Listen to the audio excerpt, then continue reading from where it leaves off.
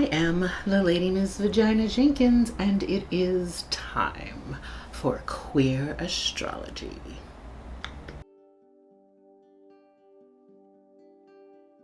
Also, maybe it's time that we finally talked about aspects. So the aspects in astrology are those lines that go through the middle of your circular zodiacal wheel natal chart. And those lines are planetary angles, and they can talk about the relationship between the placements in your chart. And for me, the aspects and understanding the aspects in a chart help to paint a picture that is much more nuanced and holistic. And it's getting into the aspects that I believe gets into the nitty-gritty, the unique details of each particular chart. You know, it creates the sort of snowflake effect that points to the individual way in which you are doing these planetary placements. Mind you, we have talked about a number of ways that you can understand any given chart.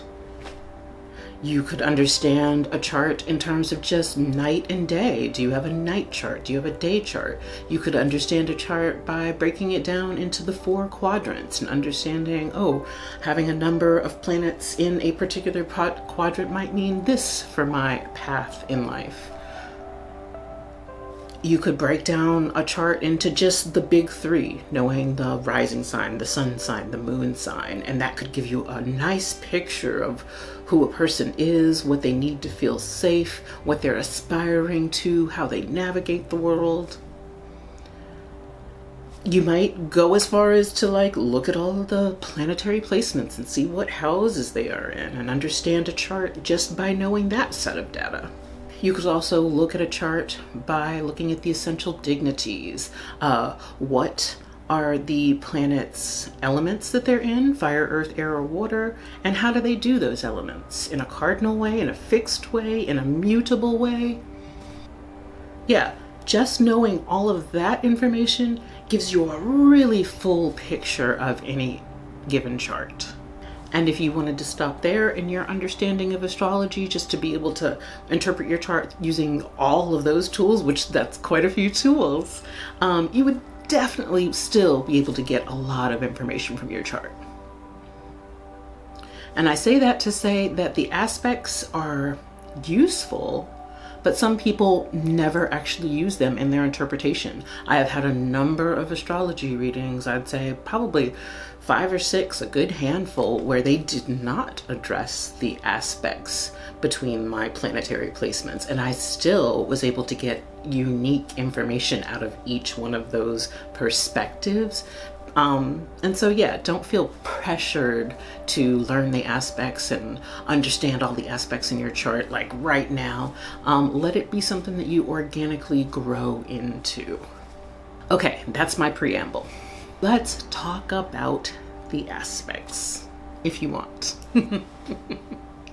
There are at least a dozen different aspects, but I'm going to focus on 6 major aspect lines that we use we can use in interpreting charts. I'm going to talk about 3 of the more favorable aspect lines, and I'm going to talk about 3 of the more challenging aspects.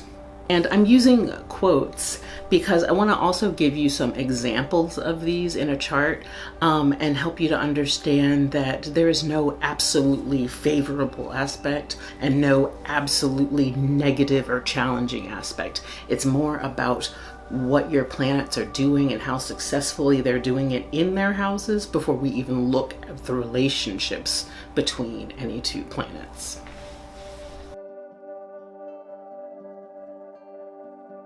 So let's start it off looking at the favorable aspects. For favorable aspects, I want to look at the conjunct, I want to look at the trine, and I want to look at the sextile. Different astrologers look at the different distance between the conjunct. I like a conjunct that is nice and tight, that's within 5 degrees. So say you had one planet at 11 and another planet at 16 degrees.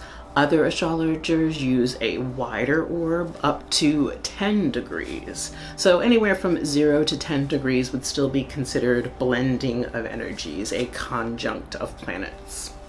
A good way to understand all these aspects is, are they in the same sign? Are they in the same mode? Are they in the same element? With a conjunct, they are in the same element, in the same sign, in the same mode, because literally they're sitting right next to each other.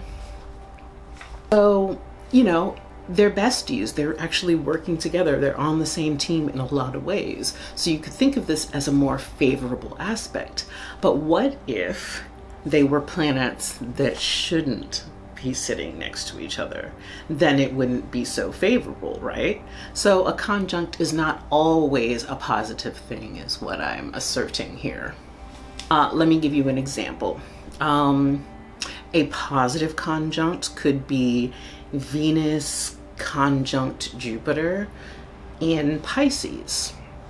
So Jupiter is at home in Pisces and Venus is exalted in Pisces. I'll link to that Essential Dignities video so you can remind yourself about all of the ways in which planets are in rulership or in exaltation or debilitated or in fall. Basically, how are they efficiently working in any given sign? So yeah, going back to our example, Venus and Jupiter sitting right next to each other in Pisces. Venus loves being in Pisces. It really can do its work of attracting and bringing things to us, right?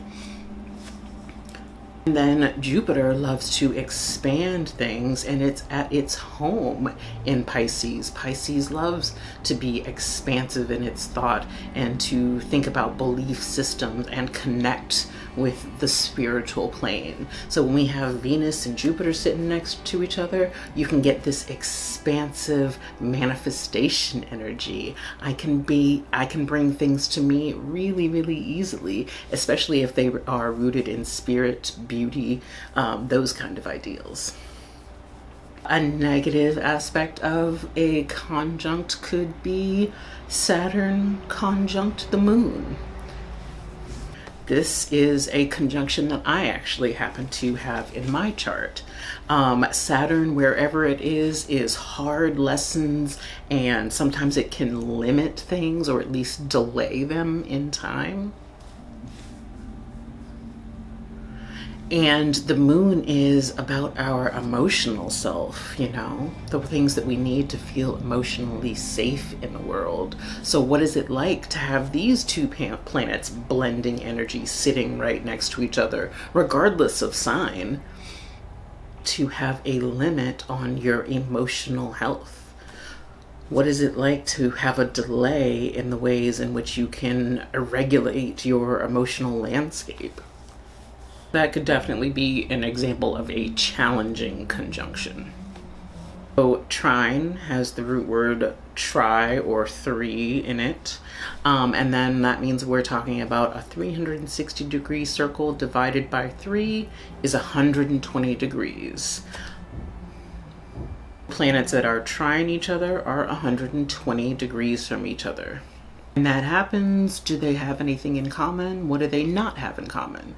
One thing that's amazing that they have in common is they are in the same element: fire, air, water, earth.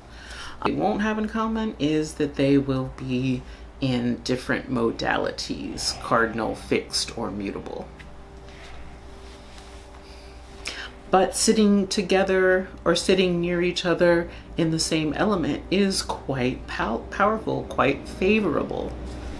We're in the same realm of what we like to work on: creativity in the case of fire, or connectivity in the case of air, intuition in the case of water, or tangible results in the case of earth.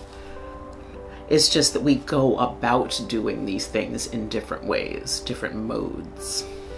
An example of a positive trine could be Mars in Aries, trine Sun in Leo.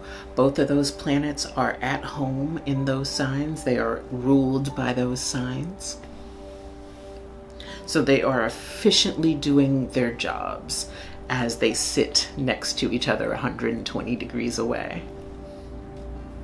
So Mars in Aries is very much like, yes, I'm ruled by my passion. I'm gonna get what I want. I'm gonna pursue what I want and what I am passionate about. Well, 120 degrees away, the sun is in Leo and is very much like, I am aiming towards, I am aspiring towards the light, being a beacon of light, shining, and also shining my warmth on others, sharing the spotlight. These planets in their home signs, being in a trine relationship to each other, are really lifting each other up. They're sitting next to each other like, yeah, you go, you do your thing, you know? Mars in Aries is like, I am pursuing my passion. Sun in Leo is like, yes, and I'm here to shine, and they're working together beautifully to accomplish that. On the other hand, a positive relationship between planets that are not doing things efficiently or not in their rulership or exalted signs can be a negative thing. Example, Mercury in Pisces, trine Moon in Scorpio. Mercury is debilitated in Pisces. It is very uncomfortable there. And the moon is in its fall in Scorpio. It is incredibly uncomfortable there. So the moon is not able to give the emotional safety that it wants to do because it's not in a sign that it's comfortable in. Mercury is not able to do clear thought processes and communication because it's in a sign that it is debilitated in, and these are sitting next to each other in a positive relationship, but they're not able to do their job. Mercury in Pisces is sitting there like, I'm confused. Moon in Scorpio is sitting next to it like, I feel sad. Yeah, the trine is technically a positive relationship, but it's a positive relationship between two planets that are not feeling their best. Yeah, trines are not always positive, is what I'm trying to explain through that example. And finally, the last positive aspect that I want to talk about is the sextile. Sextile, root word 6. Literally taking that 360 degree circle, dividing it by 6, and ending up with planets that are 60 degrees from each other. Might even think of the sextile as a sort of semi-trine to remind yourself that it is a positive relationship. Oh, sextile relationship, do they have any, what do they have in common? What do they not have in common? They won't be in a same sign. They won't be in a same element, but they will be in compatible elements. And by that, I mean the way that fire and air work together really well, you know? Air feeding fire, and the way in which water and earth work together really well. Water literally watering the earth.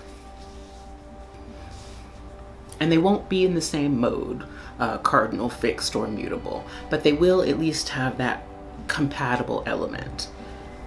So it's not as favorable of an aspect as a trine, but it's still pretty good.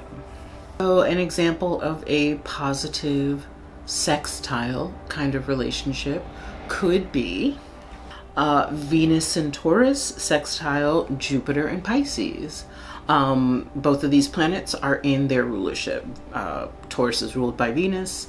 Pisces, one of its rulers is Jupiter. Both of those planets are working really well because they're in their home sign, and they're sitting next to someone that's at least in a compatible element. Venus and Taurus is like, I am attracting tangible comforts, and Jupiter in Pisces is like I'm expanding my belief system into the spiritual plane. And so this could be the kind of relationship that is about having an easier time manifesting tangible things in the world, right? We're connected to the spiritual plane and we're attracting tangible things that make us feel comfortable. Definitely one of the more positive sextile relationships you might have. Even, you know, though sextiles are supposed to be positive, there could be a negative sextile relationship. The example I'll give about that is Venus in Aquarius sextile the moon in Sagittarius. So Venus in Aquarius, you know, it's definitely not at home or exalted, but it's not debilitated or in its fall either. It's just, that's not where it goes. So it's not doing its thing most efficiently. But it's not the worst case scenario either. Same with the moon in Sagittarius. The moon would feel at home in Cancer. It would feel its best in Taurus. But you know, it's not the worst in Sagittarius. This means that in order to feel emotionally safe and comfortable, we need some sort of sense of like freedom and expansiveness in the world. Aquarius is more thinking about what does it mean to connect to community, especially using new technologies or at least innovative technologies in order to make those connections. So a Venus in Aquarius sextile moon in Sagittarius sort of vibe could be the vibe of needing a lot of space in romantic relationships. Maybe not even having a lot of interest in romantic relationships and instead prioritizing improving the groups, the society, the world around them. So yeah, even though a sextile is a positive relationship between planets sitting 60 degrees from each other, it depends on what those planets are. And that's the thing that I want to keep underlining. There is no objectively positive aspect 100% of the time, nor is there any objectively horrible, negative, challenging aspect 100% of the time. It depends on the planets in your chart.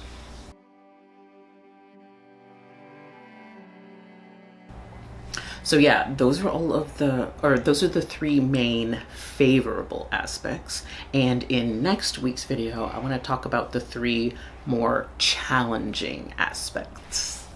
I hope this video helped at least get you started on your road to understanding aspects. Let me know if any of this was confusing, or if you have any clarifying sort of questions. I definitely am open to receiving them and open to having discussion about this. And yeah, comment your most favorable aspects that you're proud of in the comments below. I want to hear them. Anywho, thank you so much for watching, and thank you as always for making time for queer astrology.